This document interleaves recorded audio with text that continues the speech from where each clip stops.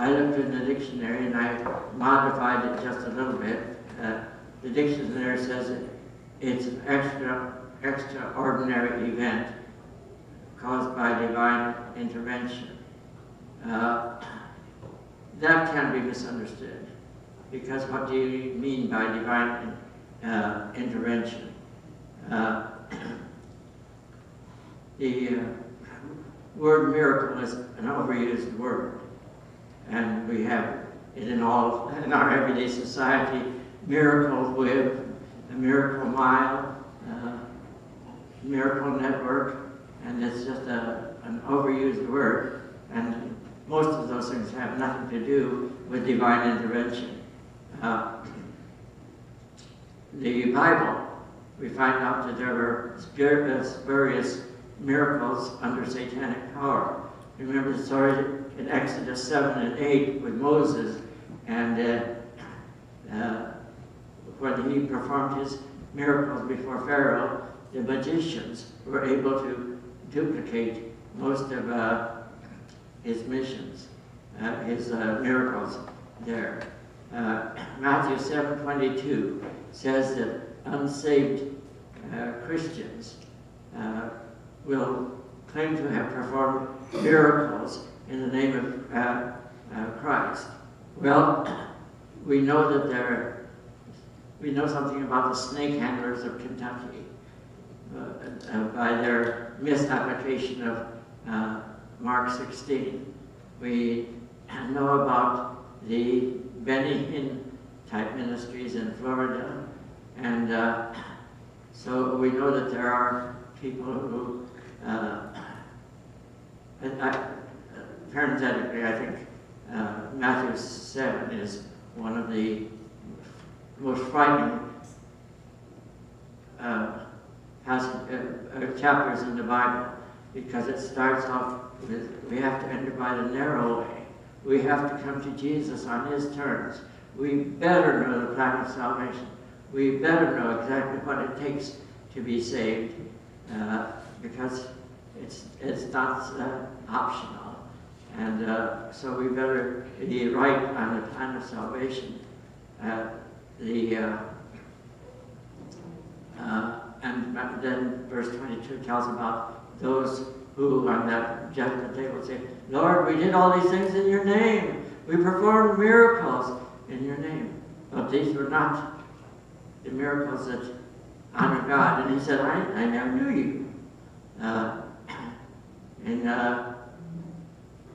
Matthew 24:24, we read that the false church will perform miracles. The false, to the point that even the elect can be deceived. We read 2 Thessalonians 2:9 says the lawless one in the final days will perform miracles, that even the elect can be deceived. Revelation 13:13, the beast can perform miracles. Revelation 16:14, demons perform miracles.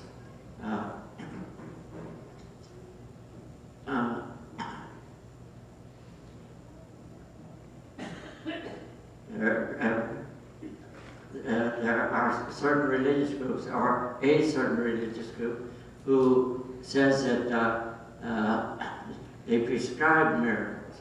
For instance, what does it take to become a saint? What are the qualifications for sainthood? What does saint mean?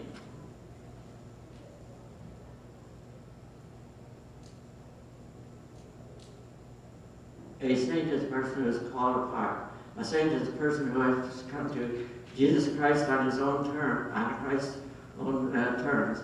All of us. And so I am gathered in the presence of saints. Are there any of these saints that you would pray to?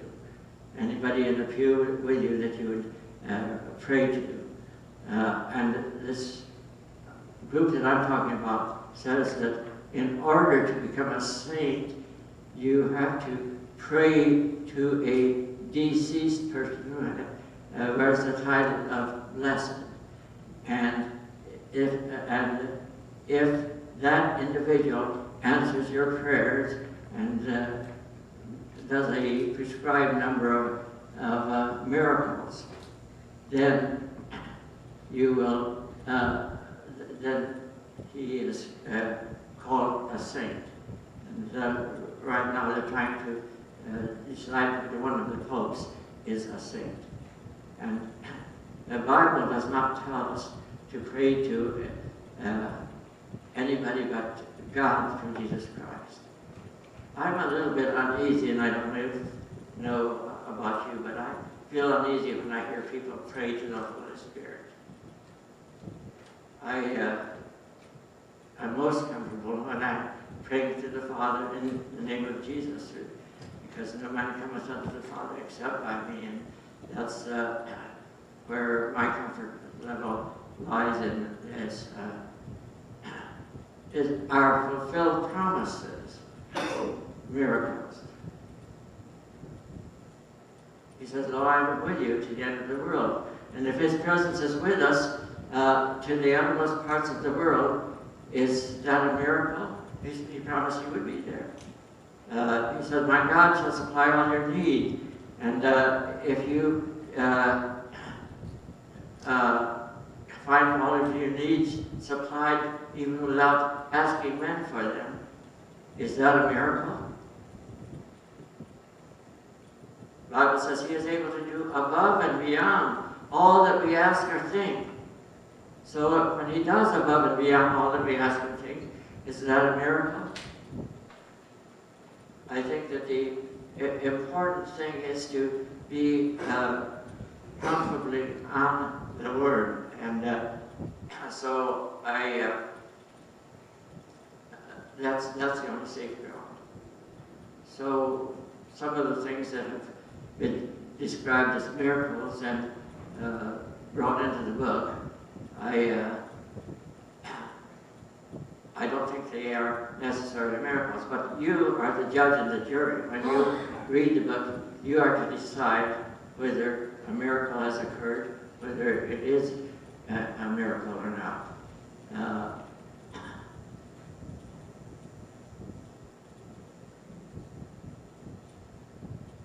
Dorothy and I went out to Thailand in 1951.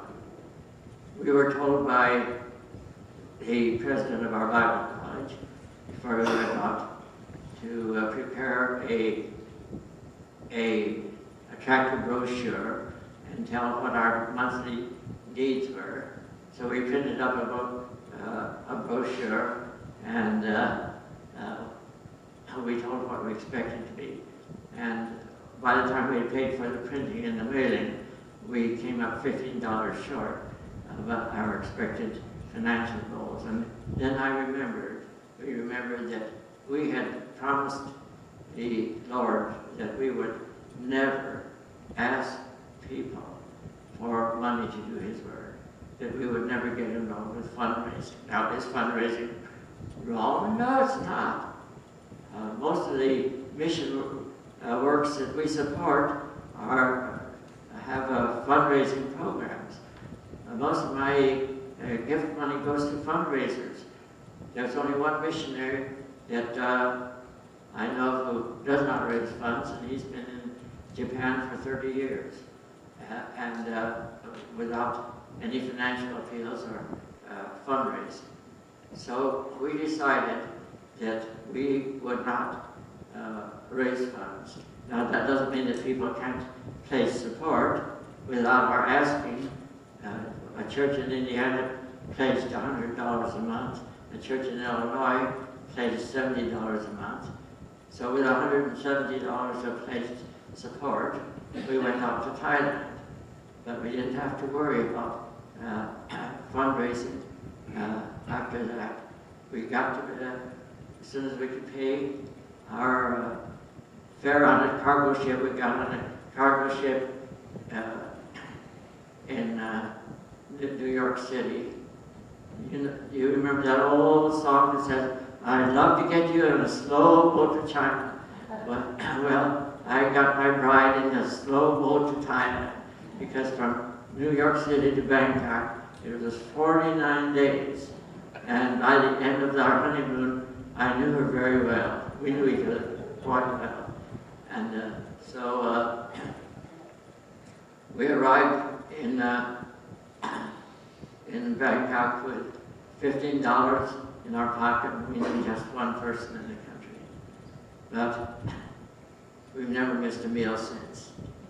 And God has supplied our needs in wonderful, wonderful ways.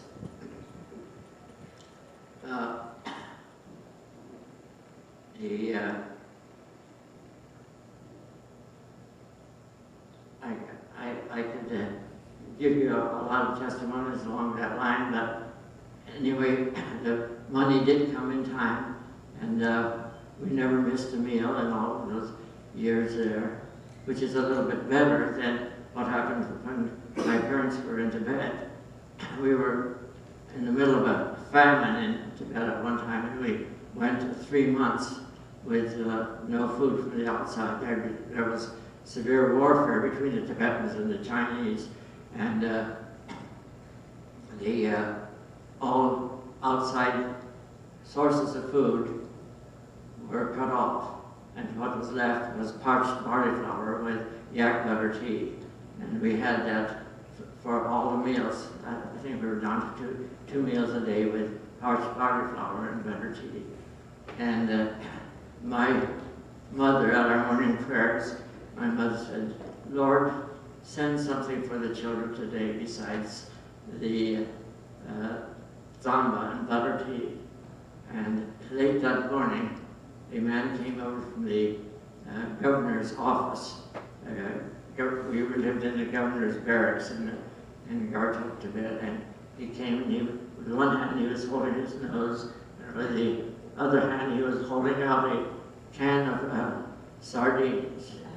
And he said, "Somebody sent this to the governor from India."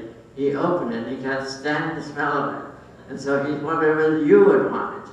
So our prayer was answered. We had sardines for Thanksgiving dinner. And since that time, if my son-in-law is not present, we will put a can of sardines beside the turkey, just to remind us of how God intervened at that time. But in Thailand, we never missed a meal, and all of our needs were supplied. The work that we first started doing was learning the language. And learning the languages, because we started out in Chiang. We were with C.W. and Lois Calloway, and we learned the Thai language, the Central Thai language. And even though it was not spoken in that area, we had to learn the government language.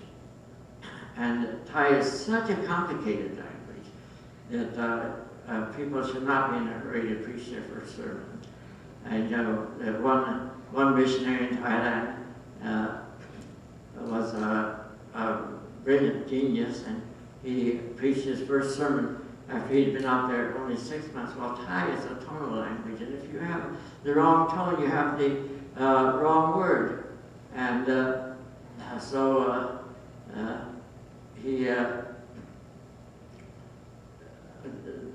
this missionary stood up to preach, and he said, Jesus, he thought he was saying Jesus was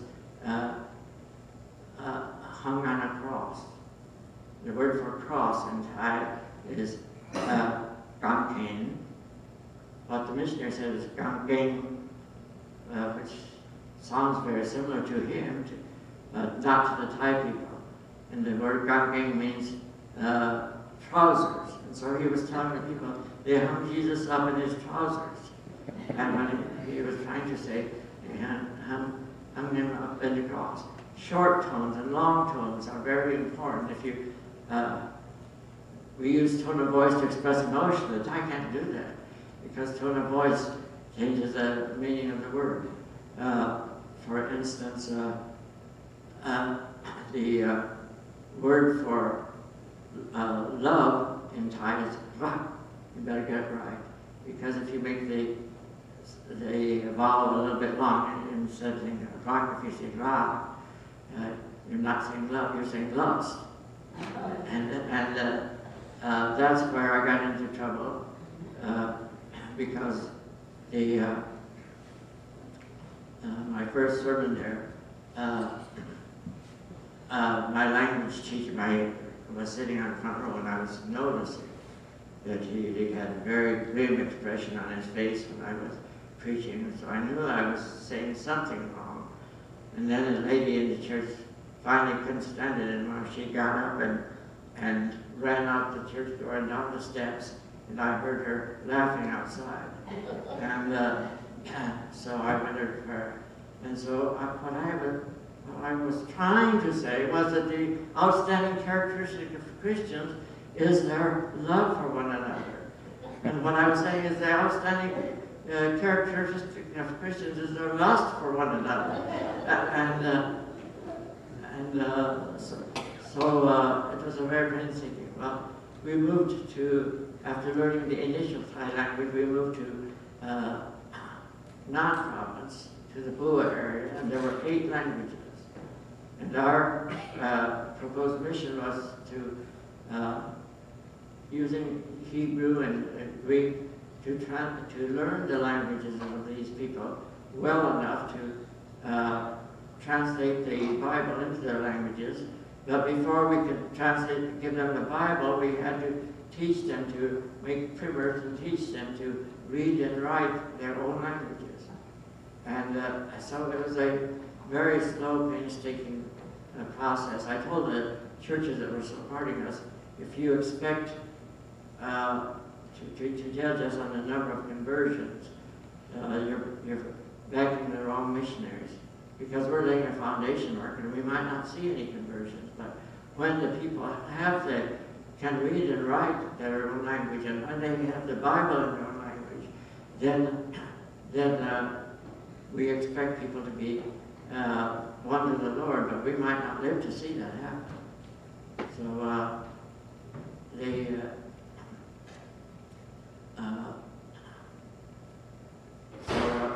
anyway, we were involved in this, and it can be a Bible translation can be a very difficult thing, just because of the understandings of the people. Some of the mistakes we made in the Bible translation. There's one passage that says, "Our fathers ate the manna in the wilderness and died." And when we translated it into the tribal language, it came out, "Our fathers ate the manna in the wilderness and it killed them." Which is a totally different meaning than intended. I was working with the American Bible Society in this translation work, and I got in touch with their representative in Thailand because we ran into a situation where the passage of John the Baptist, or wherever the word camel was found. Well, this tribe they'd never seen camels. They didn't have any word in their language for camel. And I said, what shall we do in a case of camel? Shall we just give us descriptive terms, say something, an animal that looks like a horse put together by a committee? Or what should we say? Well, he said, find out what the Thai word for camel is. Well, the Thai themselves have a word for camel, and there are actually camels in the Bangkok Zoo. So the word for camel is oot in Thai. Well, the Hmong language we're translating it has no every consonant is an open consonant. There are no is an open syllable, no final consonants. So they don't say oot, they have to say oo. And so I asked my informant, do you have the word oo in your language? And he said no. And so I said, well, we will use the word oo for camel. And our informant had forgotten that there was a meaning for the word who. So, it's and who is a duck. And so their word for fur and feathers is the same. So we had John the Baptist dressed in duck feathers and got a mental picture of Big Bird on the Jordan or something like that. Because that's the first translation. So it's a very painstaking work, and the Lord provided our needs for all of those things. I think our time is about up, and you've got till 7:30. I've got another half hour. Yes. Okay, I thought I had just seven. So I don't want to bore you, and I hope that some of you have questions that you'll have time for you to answer. But living in the jungle, and even though we had supplies of medicines, and my father was a doctor and my sister was a doctor, and they supplied us with medical books and how to live in the jungle, first aid things that come up. Still, we managed to have a whole lot of illnesses there. I especially, Dorothy was a tough one, but I seemed to be having a different type of illness all the time. So during our first term on the mission field, I had typhoid, hepatitis A, all kinds of parasites, amoebic dysentery, and it seemed like I was sick about half of the time. But then another missionary family, a linguist, PhD in linguistics, Dr. David Philbeck, came out, and the Philbecks came and helped us in the work where we were living at the time. And so he was a very valuable help, because I had never taken much time to study linguistics. And while David Philbeck and our son Jeff had birthdays, David Philbeck's little boy and our son Jeff had birthdays just a few days apart. So we were at a birthday party at Philbeck's house, and I was teaching the children those songs, when all of a sudden I collapsed with chest pain. The road, this was in March, in which it meant the road, or the ox cart trail up to our village, it was not open yet, but it had opened enough that the village had bought a fire truck. And so the only vehicle in town that could run at all was the fire truck. David Philbeck put me on the fire truck and took me down to non-province, where we got to the highway, the provincial capital there. And we couldn't find any open seat on any of the buses, but we got up, climbed up on top or David Philbeck got me up on top of some rice bags in the back of a rice truck, and we had to go through two river valleys and over a mountain range to get down to the hospital. And by the time we got to the hospital, I felt all my strength was gone. I could hear everything that was going on, but I could not respond in any way. And the people in the truck were saying, the foreigner has died on our truck. It's going to cost us $60 to drive the demons away and to exorcise the truck. And they carried me like as though I was a corpse. They laid me on the cement in front of the emergency room door. And I wanted to open my eyes. I wanted to say, I'm not dead yet. And I remember praying, Lord, if you want to take me now, I know that Dorothy has a strong faith and that she'll be all right. But I have a little boy and a little girl, another one on the way. And I would love to see these children grow up. And nurse's aide came out while I was lying there in the cement outside the emergency room door. She laid a stethoscope on my chest. She said, no heart sounds. She said, there's no movement, he's not breathing. Then the Mennonite doctor, this was during the early part of the Vietnam War, and there was a volunteer Mennonite doctor from America there. He stepped out and he said, he's not dead. Put him on oxygen immediately.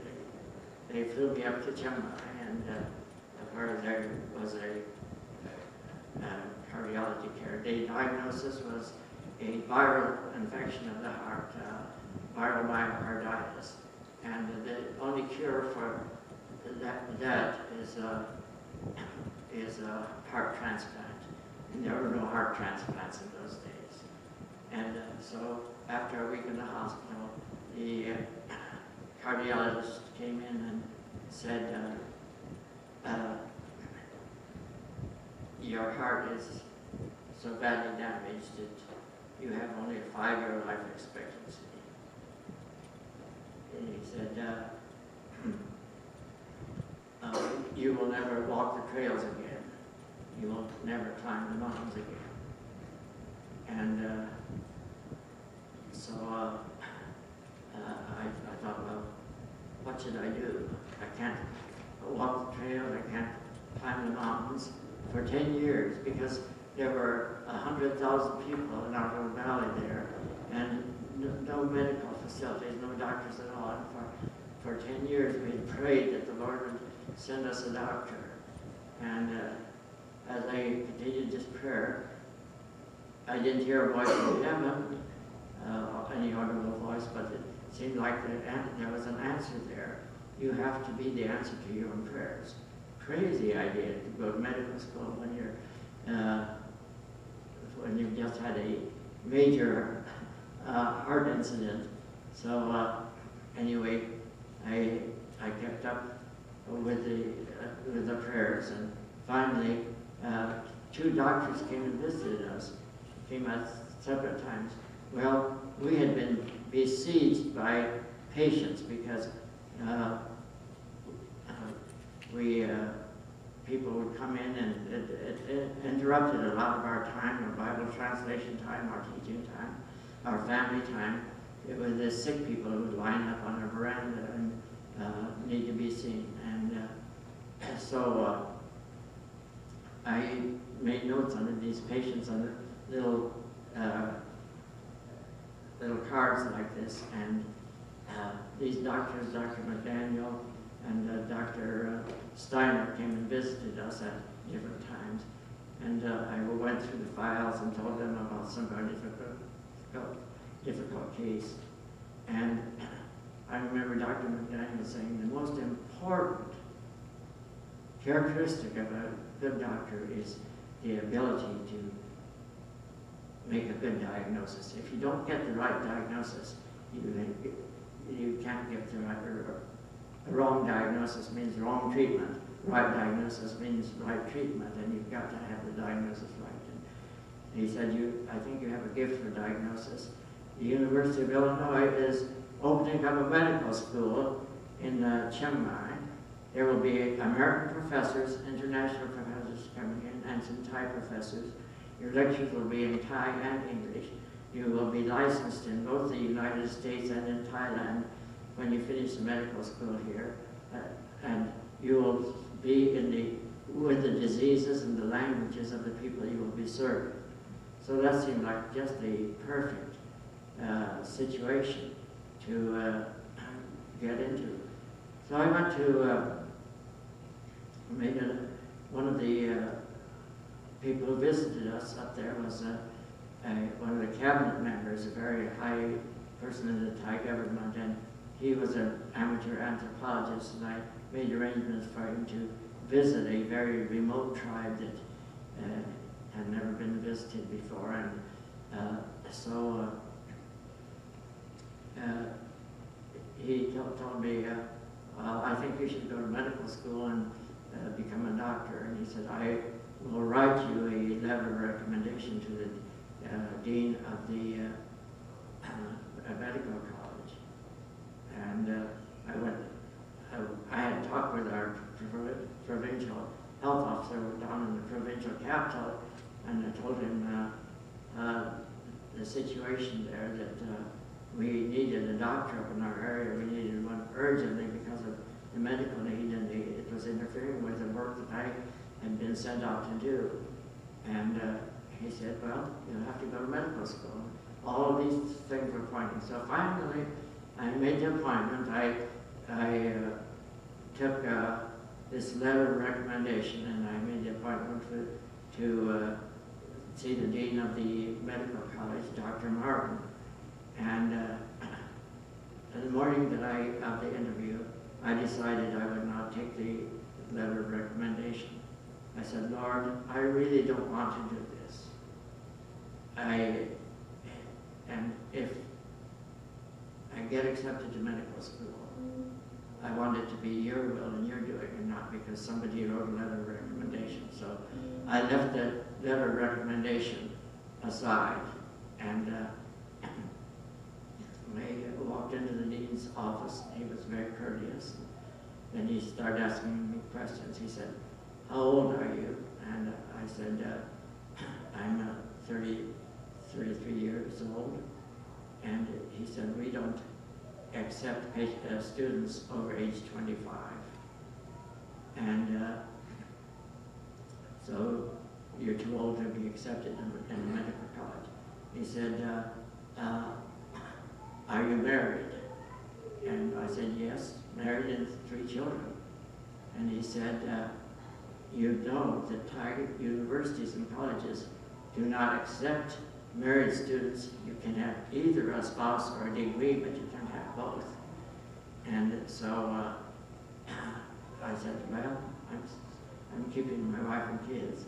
And so he said,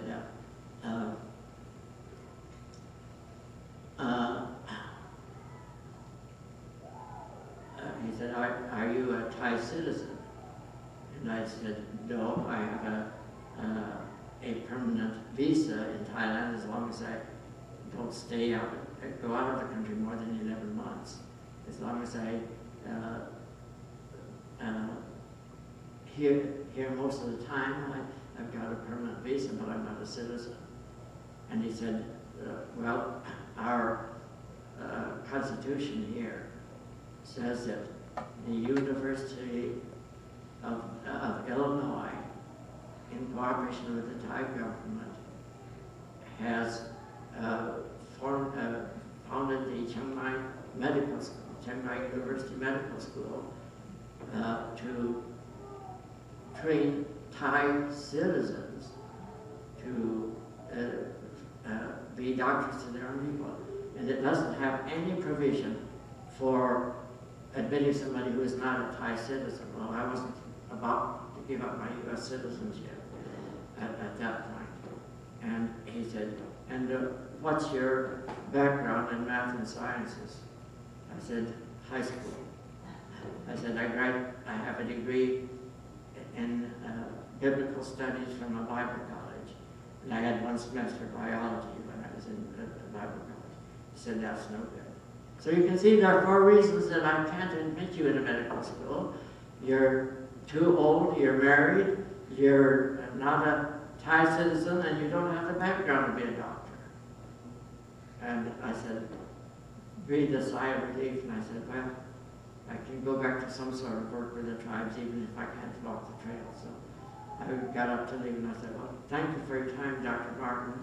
I hope that when you start graduating students from your medical school, that you can send one up to us way up at Bull.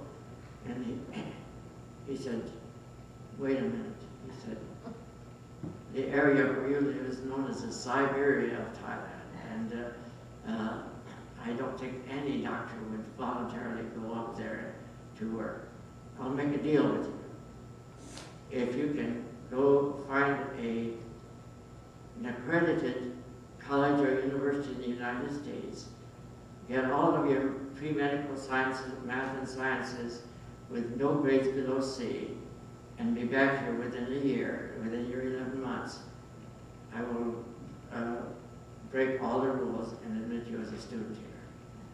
And I said, what do I have to take in that 11 months?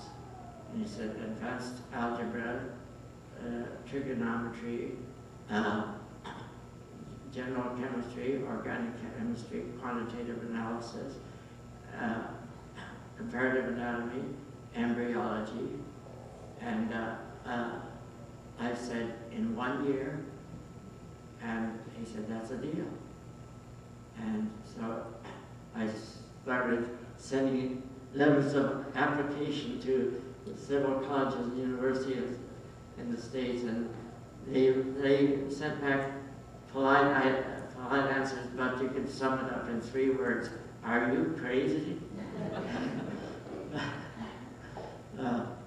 But the director of admissions in Wheaton College happened to be married to the daughter of